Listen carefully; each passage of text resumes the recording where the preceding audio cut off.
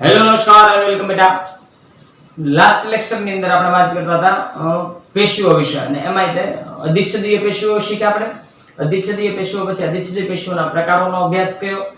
જુદી જુદી પેશીઓના જે આપણે અભ્યાસ કરીએ છે એ પેશીઓ અંતર્ગત આજે આપણે થોડો લેક્ચર મોટો છે.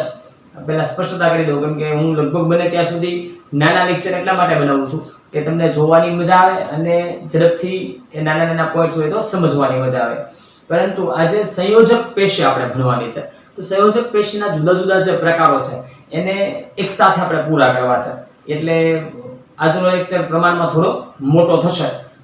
થોડીક વાર મને ટૂંકમાં વાત કરું તો સહન કરવાનો થશે તમને, કઈ વાંધો નહીં. તો ચલો શરૂ કરીએ. આજે આપણે સૌથી પહેલા જેને ભણવાનું છે સંયોજક પેશી. ભૂલી ગયો છો મારા ફોનને સાયલેન્ટ કરતા પહેલા એને કરી દઉં.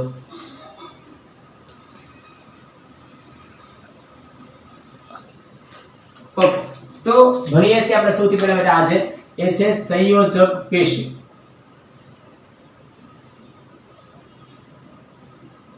જો પ્રાણી પેશીઓની અંદર આપણે અધિચ્છદીય પેશીઓને ભણ્યા, પછી જુદા જુદા પ્રકારની પેશીઓના પ્રકારો વિશે ચર્ચા કરી. એ પૈકી હવે જે છે સંયોજક પેશી છે. તો સૌથી પહેલા આપણે સંયોજક પેશી છે એના મૂળભૂત લક્ષણો છે એને સમજી લઈએ અને પછી આપણે સંયોજક પેશીના પ્રકારોને સમજવાના છે. ઓકે, તો સંયોજક પેશી છે એના કોષો કેવા હોય? તો સંયોજક પેશીના કોષો છે એ એકબીજાની સાથે જોડાયેલા હોય છે અને એની વચ્ચે એ આંતરકોષી એક આધાર દ્રવ્ય આવેલું હોય છે. એ આંતરકોષી આધાર દ્રવ્ય જેને આપણે ઘણી વખત મેટ્રિક્સ કહીએ છીએ, એ મેટ્રિક્સની અંદર કાં તો ખૂપેલા હોય અને કાં તો એની અંદર ગોઠવાયેલા હોય છે.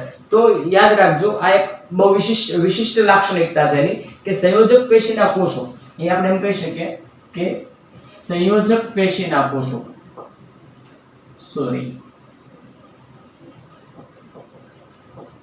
સંયોજક પેશીના કોષો જે છે, બરાબર, એ કેવી રીતે? તો કે એકબીજાની સાથે ઓછા જોડાયેલા હોય છે, પ્રમાણમાં ઓછા જોડાયેલા હોય છે. પણ એ શેમાં જોડાયેલા હોય છે? એનો જે આંતરકોષી આધાર દ્રવ્ય હોય છે એની અંદર ખૂપેલા અથવા તો ગોઠવાયેલા હોય છે. એકબીજા સાથે, એ આપણે એમ કહીશું, એકબીજા સાથે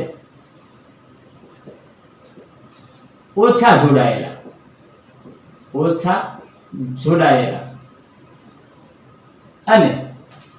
અને આંતરકોષીય આધારક દ્રવ્ય, આંતરકોષીય એક આધારક દ્રવ્ય આવેલું હોય છે જેને આપણે ઇંગ્લિશની અંદર મેટ્રિક્સ કહીએ છીએ. શું કહે એને? મેટ્રિક્સ. યાદ રાખજો, મેટ્રિક્સ છે એની અંદર એ મેટ્રિક્સમાં ખૂપેલા હોય, મેટ્રિક્સમાં ખૂપેલા અથવા તો ગોઠવાયેલા હોય છે. આ યાદ રાખજો, આ એક એની વિશિષ્ટ લાક્ષણિકતા છે. આ જે કોષો છે એની અંદર એક આંતરકોષી આધાર દ્રવ્ય આવેલું હોય છે. એ દ્રવ્યની અંદર એ કાં તો ખૂપેલા હશે અને કાં તો એની અંદર ગોઠવાયેલા હશે. બરાબર, આ આંતરકોષી આધાર દ્રવ્ય જે છે એ જેલી જેવું પ્રવાહી હોય. કેવું પ્રવાહી છે? જેલી જેવું પ્રવાહી છે. અને એની ટૂંકમાં જેલી જેવી પ્રવાહી જે હોય એના જેવી એની ઘનતા હોય અને કાં તો બરડ હોય છે. બેમાંથી એક પ્રકારનું હોય છે, બરાબર. એટલે કે આંતરકોષી આધાર દ્રવ્ય જે છે, અહીંયા આપણે કહીએ કે આંતરકોષી આધાર દ્રવ્ય, આંતરકોષીય આધાર દ્રવ્ય એ જેલી જેવું પ્રવાહી ઘનતા ધરાવતું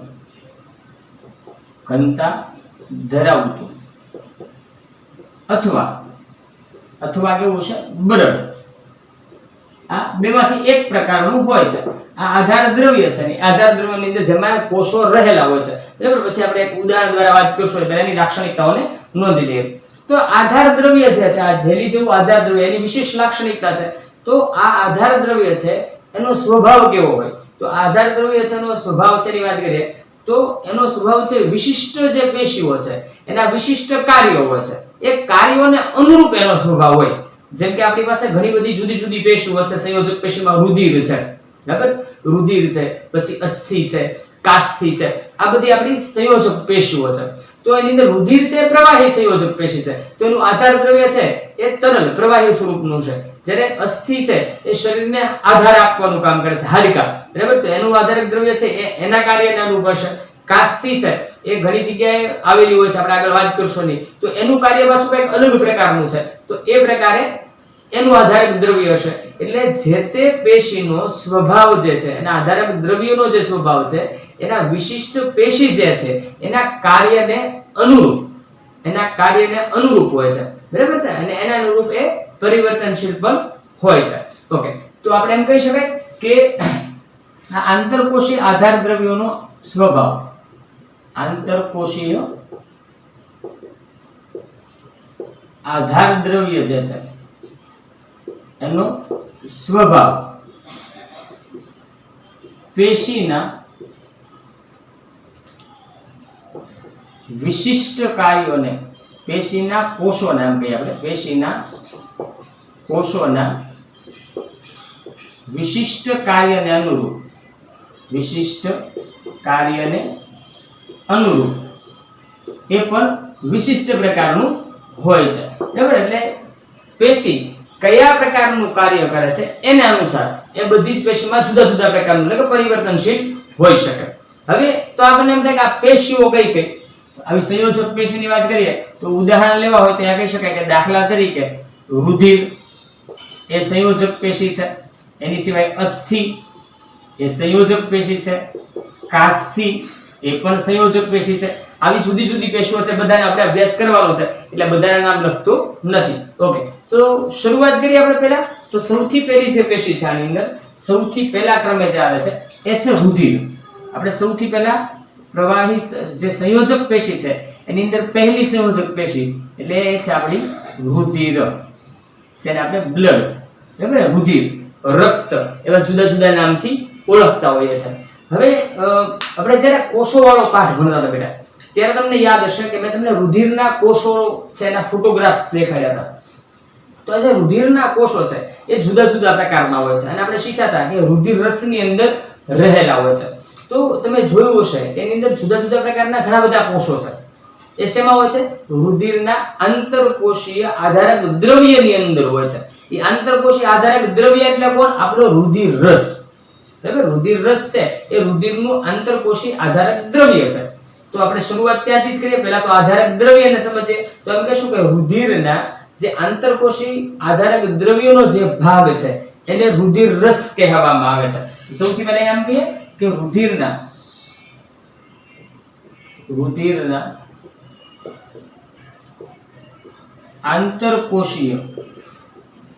આંતરકોશીય આધારક દ્રવ્યનો ભાગ જેને રુધિર રસ કહેવામાં આવે છે. રુધિર રસ, જેને ઇંગ્લિશમાં કહીએ પ્લાઝ્મા કહે છે. તો રુધિર રસ છે શું છે? રુધિરના ઘટકો પૈકી જે રુધિર રસ છે એ રુધિરનો આંતરકોશીય આધારક દ્રવ્ય છે. આની સિવાય શું હોય? તો આપણે અગાઉ ઓલરેડી ભણ્યા હતા ત્યારે મેં તમને વાત કરી હતી કે એની અંદર જુદા જુદા રુધિર કોષો આવેલા હોય છે. એક તો નંબર 1 સૌથી પહેલા આરબીસી, રેડ બ્લડ સેલ, એટલે કે જેને આપણે લાલ કલરના રુધિર કોષો છે.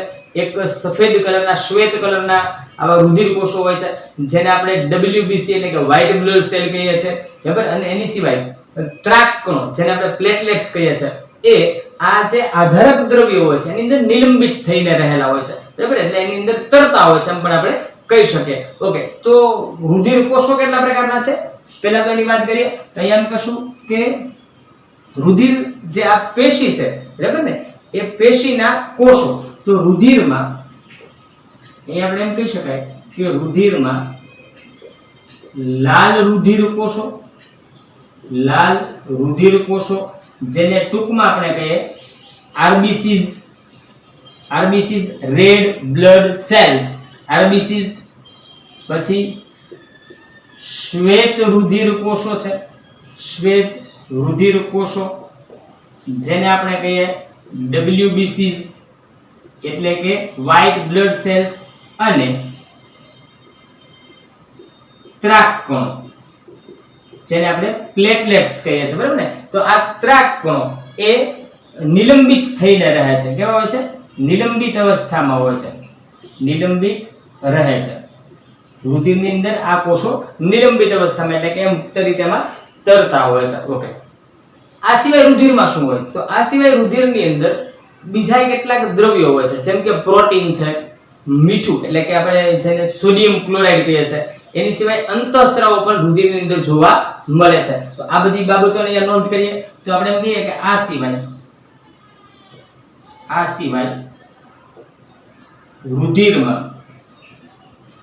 સિવાય રુધિરમાં પહેલા તો નંબર 1 સૌથી પહેલા કોની વાત કરશું?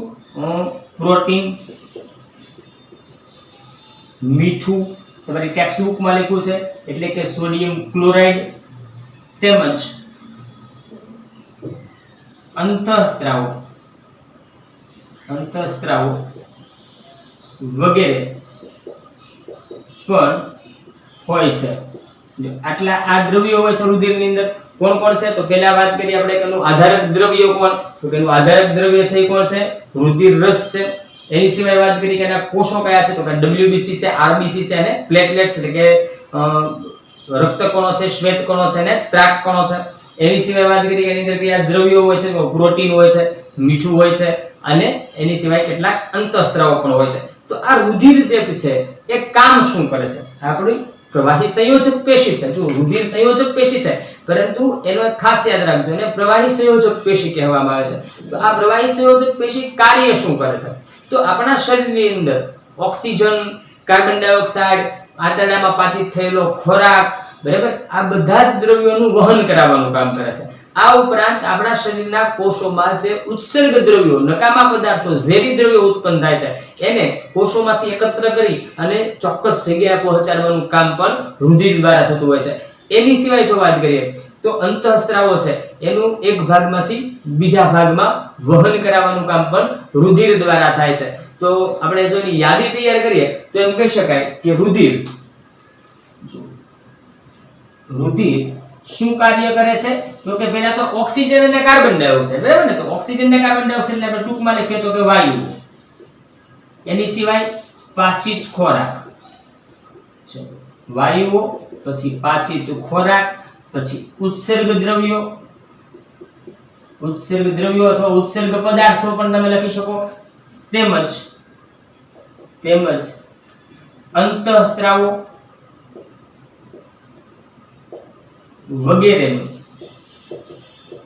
વગેરેનું શરીરના એક ભાગમાંથી બીજા ભાગમાં સંવહન કરાવે છે. આ એનું કાર્ય છે, સંવહન કરાવે છે. એટલે કે આ બધા દ્રવ્યોને શરીરના એક ભાગમાંથી લઈ અને બીજા ભાગમાં પહોંચાડવાનું કામ રુધિર દ્વારા થાય છે. તો આ વાત કરી આપણે આપણી પ્રવાહી સંયોજક પેશી એટલે કે રુધિર વિશેની ચર્ચા કરી. હવે આપણે એના પછી નેક્સ્ટ બીજી એક પેશી છે એના ઉપર જઈએ અને એ છે આપણી બીજી પેશી, એ પણ સંયોજક પેશી છે જેનું નામ છે અસ્થિ, જેને આપણે સાદી ભાષામાં હાડકા, બરાબર ને, હાડકા તરીકે ઓળખીએ છીએ. એ પણ એક પ્રવાહી સંયોજક પેશી છે. તો આ પણ એક પ્રવાહી સંયોજક પેશી. હવે સામાન્ય વાત, આપણે હાડકા કીધા તો એના આધારે જ તમને કાર્ય ખબર પડી જાય કે સૌથી પહેલા તો આપણો શરીરનો જે સરસ મજાનો સુડોળ આકાર દેખાય છે એ હાડકા વગર શક્ય નથી. તો એ હાડકા છે એના દ્વારા આપણા શરીરમાં એક હાડપિંજર બનેલું હોય છે. એ હાડપિંજરને કારણે જ આપણું શરીર એક ચોક્કસ આકાર, ચોક્કસ ઢાંચો પ્રાપ્ત કરે છે. તો સૌથી અગત્યનું કામ છે કે જે આપણા શરીરને આધાર આપે છે અને સાથે સાથે સરસ મજાનો આકાર પણ આપે છે, બરાબર. તો એક એક મુદ્દાને લગતા જઈએ ને સાથે સાથે સમજતા જઈએ. તો સૌથી પહેલા આપણે એમ કહીશું આ પણ એક સંયોજક પેશી છે, બરાબર ને. નવો અહીંયા મુદ્દો કહીએ તો એ લખીએ આપણે કે આ પણ એક સંયોજક પેશી છે, બરાબર. આ અસ્થિ પણ એક સંયોજક પેશી છે. કામ શું કરે છે? તો આપણે એમ કહીશું શરીરના હાડપિંજરનું નિર્માણ કરી શરીરને આકાર આપે છે. શરીરના હાડપિંજરનું નિર્માણ કરી શરીરના હાડપિંજરનું નિર્માણ કરી શરીરને આકાર આપે છે. શું આપે છે? યાદ રાખજો, શરીરને આકાર આપે છે. ઓકે, ચલો આ વાત થઈ. પેલા એક શું કામ કરે છે, બરાબર. હવે બીજી વાત કરીએ સાથે સાથે. તો સ્નાયુ પેશી આપણા એક શરીરમાં હોય છે. સ્નાયુઓથી બનેલી જે પેશી છે, સ્નાયુ કોષોની બનેલી સ્નાયુ પેશી કહે છે. અને સાથે સાથે જુઓ, શરીરને આકાર આપે છે. એની સાથે સાથે આ જે અસ્થિ છે એ સ્નાયુ પેશીને મદદરૂપ થાય છે. અને સ્નાયુ પેશીને મદદરૂપ થઈ અને શરીરના મુખ્ય અંગોને આધાર આપવાનું કામ કરે છે. કેમ કે સ્નાયુઓ, હાડપિંજર આપણું, આપણા સ્નાયુઓ અને આંતરિક અંગો એ બધાની વચ્ચે ચોક્કસ સમન્વય રહેલો છે. અને જેના કારણે આપણું શરીર આધાર પામે છે અને શરીરની અંદર હલનચલન થઈ શકતું હોય છે. તો આના માટે આ જે આપણી અસ્થિ છે એ અસ્થિઓ એટલે કે હાડકાઓ સ્નાયુ પેશીને મદદરૂપ થાય છે અને શરીરના મુખ્ય અંગોને આધાર આપે છે. તો અહીંયા આપણે એવી નોંધ કરીએ કે આ પેશી સ્નાયુ પેશીને મદદરૂપ થાય છે. આ પેશી હું નથી લખતો, ખાલી એના કાર્યો જ લખું છું. સ્નાયુ પેશીને મદદરૂપ થાય છે. શેના માટે મદદરૂપ થાય છે? તો કે મદદરૂપ શેના માટે થાય છે?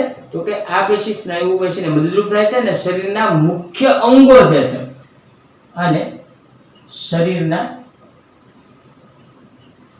મુખ્ય અંગો ને આધાર આપે છે. ચલો આ વાત થઈ. બીજી કે ભાઈ કયા કયા કાર્યો કરે છે, એ કેવી રીતે કરે છે. ત્રીજી વાત, હવે આધાર આપવાનું કામ કરે છે. તો આ પેશી છે, વિચારો કે મજબૂત હોવી જોઈએ, કેમ કે એના આધાર ઉપર આપણું શરીર આખું કમ્પ્લીટ ટકેલું હોય છે, બરાબર ને. તો સૌથી પહેલા આ પેશી કેવી હોવી જોઈએ? સૌથી પહેલા તો મજબૂત હોવી જોઈએ અને પાછી સાથે સાથે કઠણ પણ હોવી જોઈએ, કેમ કે તો જ એના કારણે શરીર ટકી રહે. એ કોઈ પણ પ્રકારના બાહ્ય જે કોઈ દબાણ હોય તો એનો સામનો કરી શકે એવી હોવી જોઈએ. જો આપણા હાડકા એટલા મજબૂત હોય છે જેના કારણે આપણે એક ચોક્કસ રીતે હાલચાલ કરી શકીએ છીએ, ઊભા રહી શકીએ છીએ, બેસી શકીએ છીએ. એની પાછળનું મુખ્ય કારણ કોઈ હોય તો આપણા અસ્થિ છે, બરાબર. તો પેશી કેવા હોવી જોઈએ? આ પેશીના કોષો મજબૂત અને કઠણ હોય છે. એટલે અહીં આપણે એમ કહીશું કે આ પેશી કેવી હોય છે બેટા? મજબૂત અને કઠણ હોય છે. મજબૂત અને કઠણ હોય છે. ચલો રેડી? ઓકે. પછી હવે જુઓ, આધાર આપે છે એટલા માટે આપણે કીધું કેવું હોય છે? મજબૂત અને કઠણ હોય છે. અને આ અસ્થિના કોષો જે છે, અસ્થિના જે કોષો એ આંતરકોષી આધારક દ્રવ્યની અંદર ગોઠવાયેલા હોય છે. જુઓ, પહેલામાં રુધિરમાં વાત કરી તો અમે નિલંબિત હતા, અહીંયા આગળ અંદર ગોઠવાયેલા હોય છે. તો આપણે એમ કહીશું કે અસ્થિ કોષો આંતરકોષીય આધારક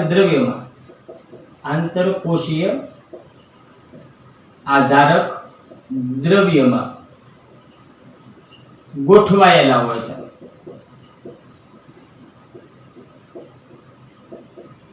ઓકે, ચલો જો એક એક વસ્તુને શીખતા છે એટલે આઈડિયા ધીમે ધીમે આવતો જાય, બરાબર. તો આ બનેલા શેના હોય? આ કોષો છે એ કેલ્શિયમ અને ફોસ્ફેટ ના બનેલા હોય છે. યાદ રાખજો, ટૂંકો પ્રશ્ન છે. તો આપણે એમ કહીશું કે આ પેશીના જે કોષો છે અથવા તો પેશી જે છે એ કેલ્શિયમ અને ફોસ્ફેટના એના કોષો બનેલા હોય છે, બરાબર. અહીંયા જો ટૂંકા મુદ્દા લખું છું બેટા, કેમ કે જાજુ બધું છે આજે એટલા માટે, બરાબર. આ મુદ્દાઓ તમને યાદ રહે એટલા માટે આપણે એવી રીતે થોડા શોર્ટમાં લખીએ છીએ કે શેના બનેલા? આના પેશીના કોષ બનેલા છે કેલ્શિયમ અને ફોસ્ફેટના બનેલા છે. કદાચ તમને ટૂંકા પ્રશ્નની અંદર આવો પ્રશ્ન પૂછી શકાય કે ભાઈ આ જે આપણા અસ્થિના કોષો છે એના મુખ્ય બંધારણીય ઘટકો કયા છે, તો એ શેના બનેલા હોય છે? તો તમારો જવાબ આવશે કેલ્શિયમ અને ફોસ્ફેટ. ઓકે, આ વાત થઈ આપણી અસ્થિની, બરાબર. હવે છે અસ્થિ સ્નાયુબંધ. હવે પછીની જે પેશી છે, બધી જ સંયોજક પેશીઓના પ્રકાર આપણે શીખીએ છીએ. હવે પછીનો પ્રકાર છે એનું નામ છે અસ્થિ સ્નાયુબંધ. અસ્થિ સ્નાયુબંધ, બરાબર. યાદ રાખજો, બરાબર. અસ્થિ સ્નાયુબંધ અથવા તો આપણે વાત કરીએ છીએ લિગામેન્ટ. કદાચ તમે નામ સાંભળેલું હોય તો લિગામેન્ટ જોઈન્ટ, બરાબર. તો એનું કામ શું છે? લિગામેન્ટ જોઈન્ટ, એવું ઘણી વખત તમે સાંભળ્યું છે નામ. તો એ શું કામ કરે છે? જે બે અસ્થિઓ હોય, બે નજીક નજીક રહેલા જે હાડકાઓ છે, જ્યાં જ્યાં આપણા સાંધાઓ છે, ત્યાં આવા સાંધાઓ હોય, ત્યાં બે અસ્થિઓ એકબીજાની બાજુમાં, અને ત્યાં એ બંને હાડકાઓને એકબીજાની સાથે જોડવાનું કામ, એને એકબીજાની સાથે જોડવાનું કામ કરતી જે પેશી છે એનું નામ છે અસ્થિબંધ.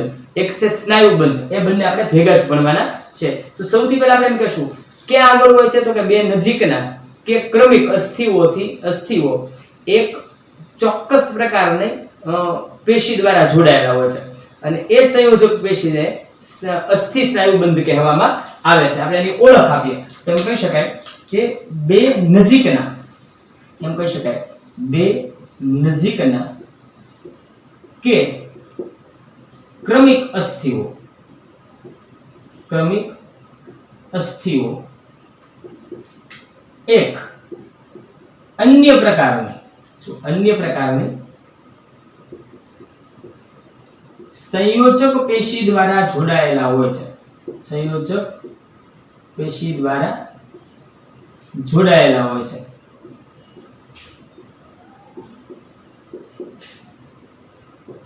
જેને અસ્થિ સ્નાયુબંધ અથવા તો લિગામેન્ટ કહે છે. બરાબર. લિગામેન્ટ ઇંગ્લિશ નામ છે, યાદ રાખજો. બરાબર. તો પેલી વાત છે એની ઓળખ.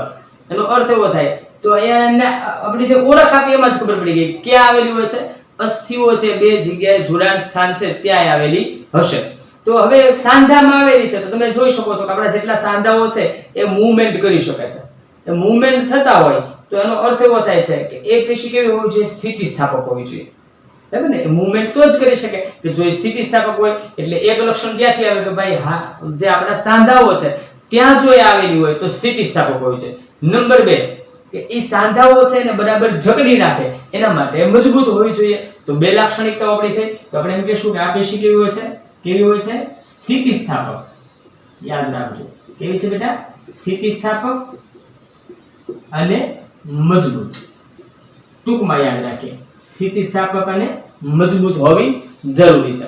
એટલા માટે પછી બીજી વાત, સ્નાયુઓની જો વાત કરીએ આપણે તો સ્નાયુઓ જે છે એની અંદર હવે જે વાત કરીએ છીએ, જો આ વાત કરીએ આપણે અસ્થિ સ્નાયુબંધની, હવે જે આપણે નેક્સ્ટ એમાં સ્નાયુ જે બંધ છે એની વાત કરીએ છીએ.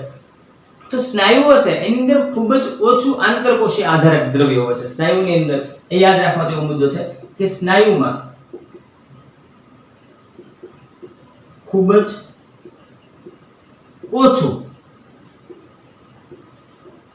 આંતરકોશી આધારક દ્રવ્ય હોય છે. આંતરકોશી આધારક દ્રવ્ય આવેલું હોય છે.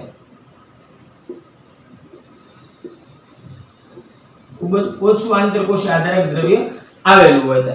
હવે જુઓ એ આ જે સ્નાયુઓ જે છે એ એક અન્ય પ્રકારની સંયોજક પેશી છે, એને સ્નાયુબંધ કહે છે. બરાબર. એની અંદર એક આ જે પેશી છે સ્નાયુઓમાં જે આવેલી હોય એને આ એક અન્ય પ્રકારની સંયોજક પેશી છે. સંયોજક પેશી છે જેને સ્નાયુબંધ કહે છે. શું કહેવાય ને? સ્નાયુબંધ કહે છે. ઓકે. આ કોણ છે બેટા? સ્નાયુબંધ છે. ઓકે. તો આ સ્નાયુબંધ છે એ પણ જુઓ છે તો ક્યાં આગળ? હવે સ્નાયુબંધ છે તો આપણે વાત કરતા હતા અહીંયા જો હાડકાઓની વચ્ચે છે તો એને આપણે અસ્થિ સ્નાયુબંધ કહેવું. અસ્થિ હાડકાની વચ્ચે આવેલી છે. બરાબર. તો એ હાડકાઓની વચ્ચે છે. આનું સ્થાન કયું? તો આ જે સ્નાયુબંધ જે છે એ ક્યાં આવેલી હોય? એ સ્નાયુ પેશી અને માંસપેશીઓ અથવા તો અસ્થિને જોડવાનું કામ કરે છે. સ્નાયુ પેશીથી માંસપેશી અથવા તો સ્નાયુ પેશીથી અસ્થિને, સ્નાયુથી માંસપેશીને એને જોડવાનું કામ કરે છે. બરાબર. તો આપણે શું કહેશું કે તે અહીંયા આગળ એમ લખશું તે સ્નાયુ પેશી પછી અસ્થિ કે માંસપેશીને જોડે છે. જોડવાનું કામ કરે છે. હું નથી લખતો જોડે છે. ઓકે, તો એને ટૂંકમાં જોડવાનું કામ કરે છે. આ સ્નાયુબંધ છે. હવે જો જોડવાનું કામ કરે છે તો આ પણ પેશી કેવી છે? પ્રમાણમાં મજબૂત હોવી જરૂરી છે.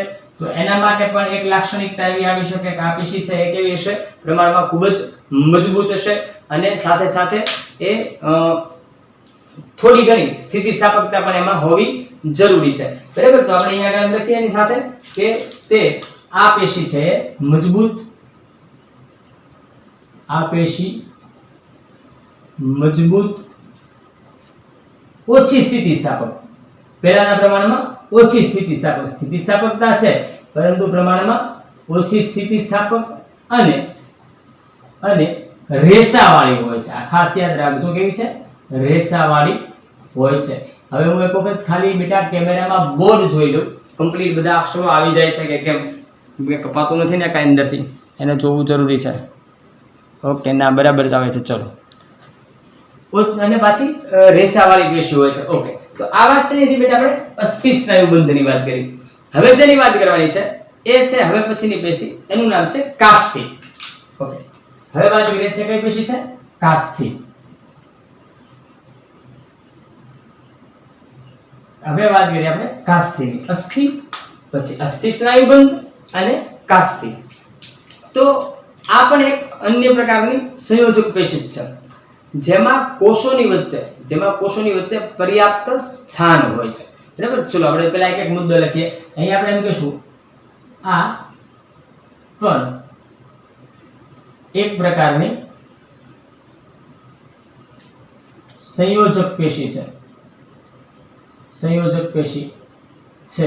બરાબર, અને એના કોષોની વચ્ચે, એના જે કોષો છે એની વચ્ચે પર્યાપ્ત સ્થાન હોય છે. કોષોની વચ્ચે પર્યાપ્ત સ્થાન હોય છે. ઓકે, ચલો પછી બીજી વાત કરીએ તો તેનું આ જે છે તો મૂળભૂત સ્વરૂપે કઈ છે આપણી સંયોજક પેશી. તો સંયોજક પેશી હોય બેટા, એટલે સંયોજક પેશીનો નિયમ છે એમાં આંતરકોષી આધાર દ્રવ્ય તો હોવાનું જ. બરાબર, તો આંતરકોષી આધાર દ્રવ્ય જે છે એ પ્રોટીન અને શર્કરાનું બનેલું હોય છે. ખાસ યાદ રાખજો. એટલે અહીં આપણે એમ લખશું કે આનું આંતરકોષી આધારક દ્રવ્ય, ટૂંકમાં આંતરકોષીય આધારક દ્રવ્ય, પ્રોટીન અને શર્કરાનું બનેલું હોય છે. રેડી, ચલો આટલું યાદ રાખીએ. જો એક એક મુદ્દો બધાને લગભગ મોટા ભાગના પોઈન્ટ સેમ સમાન હશે, પણ ખાલી ફેરફાર છે ને આપણે માત્ર યાદ રાખવાનો રહેશે. ઓકે, હવે આ પેશી છે એ શું કામ કરે છે? તો સૌથી પહેલા તો આ પેશી છે એ અસ્થિઓના જે સાંધા છે એને લીસા બનાવે છે. તો સૌથી પહેલા એ લખીએ આપણે અસ્થિઓના સાંધાને લીસા બનાવે. અસ્થિઓના સાંધા ને લીસા બનાવે છે.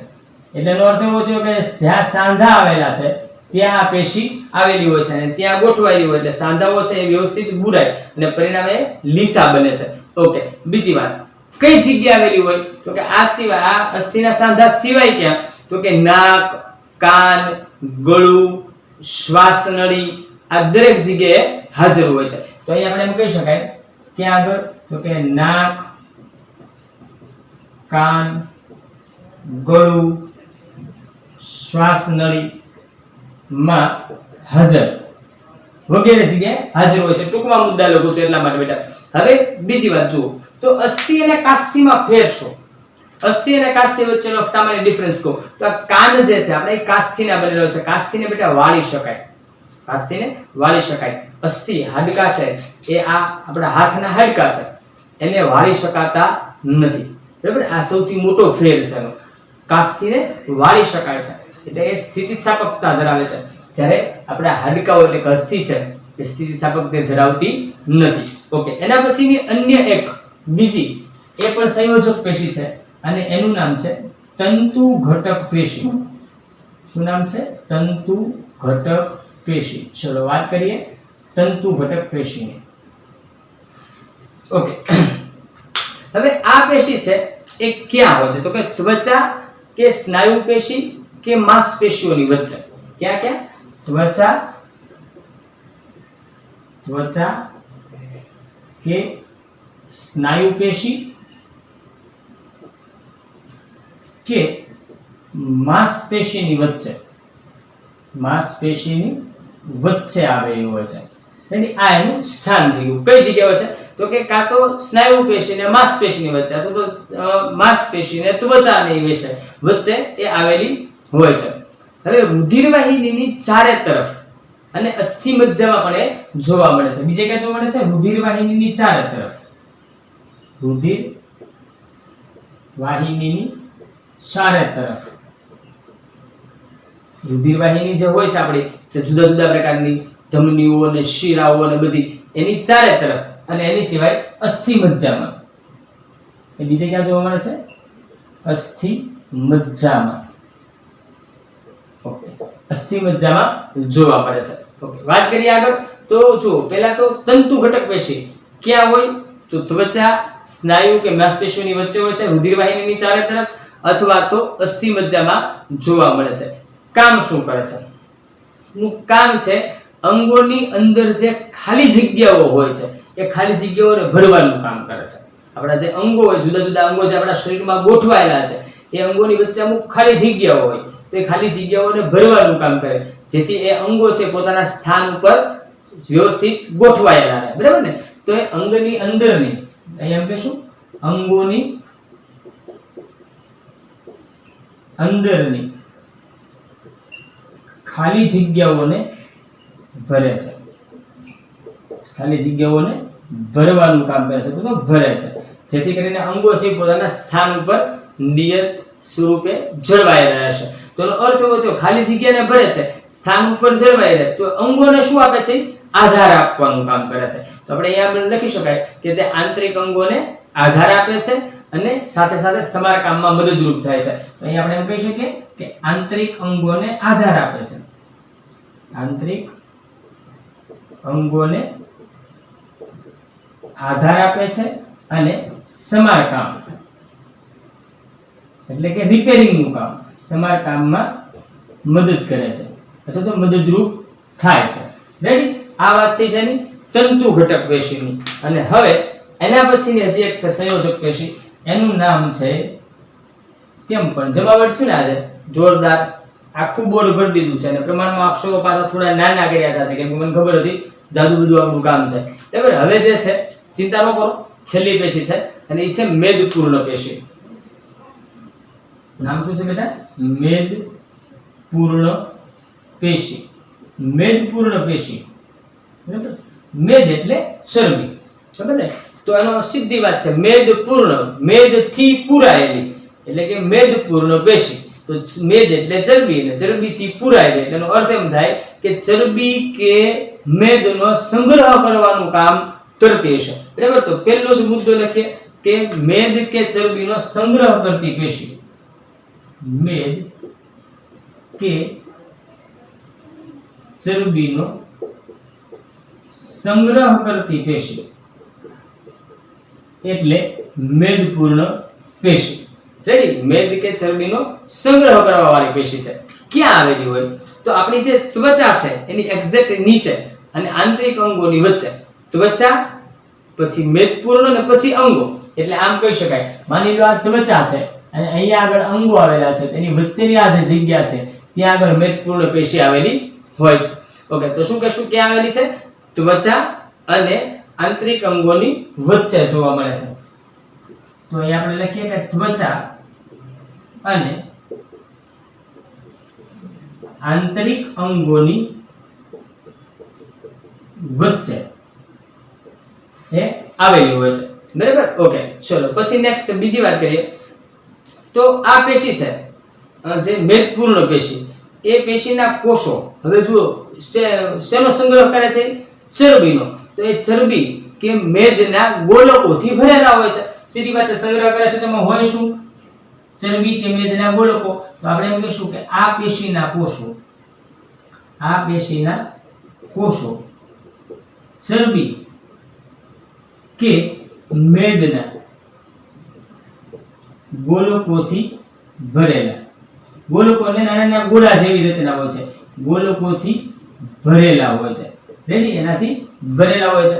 ઓકે, ત્રીજી વાત, ચરબી કે મેદના સંગ્રહ, બરાબર ને, સંગ્રહવાનું કામ કરે છે, એટલા માટે સાથે સાથે બીજું કામ કરે છે.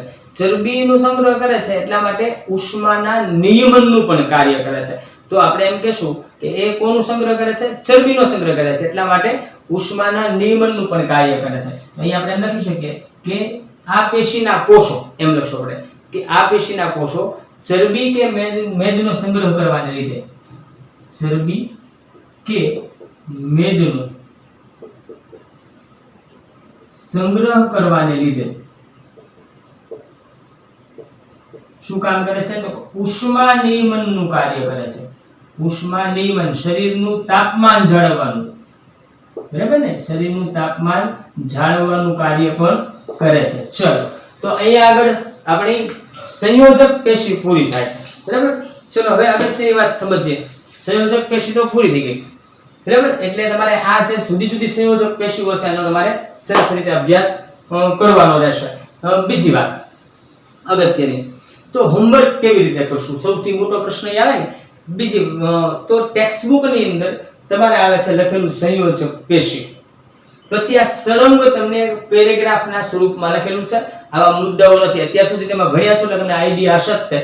એની અંદર આપણે એક પેશી હોય છે સંયોજક પેશી, કે ભાઈ આપણે અધિચ્છદીય પેશી, તો એ સળંગ બધું લખેલું હોય, બરાબર. પછી આપણે અલગ પાડવું પડે છે કે ક્યાંથી લાદી સંબંધિત છે, ક્યાંથી પેલી ઘનાકાર અધિચ્છદ આવે છે. એમ આની અંદર પણ સંયોજક પેશી ચાલુ થાય છે. છેક સુધી તમને પેરેગ્રાફ આપ્યા છે.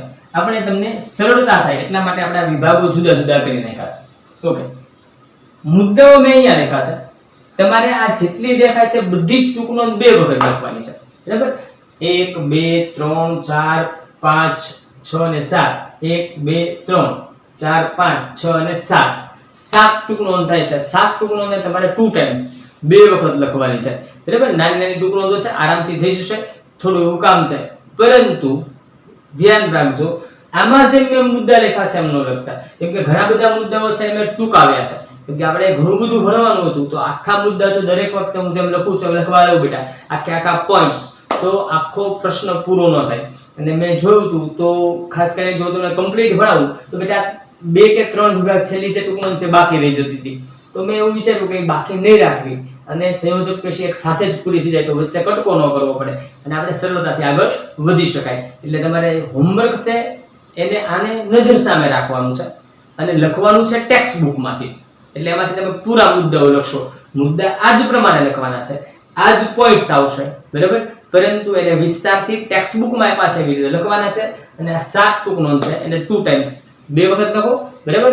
નવી પેશી સાથે પાછા જલ્દી મળીએ. ત્યાં સુધી આવજો. Take care of yourself. Thank you very much. ઘરમાં રહો, સુરક્ષિત રહો.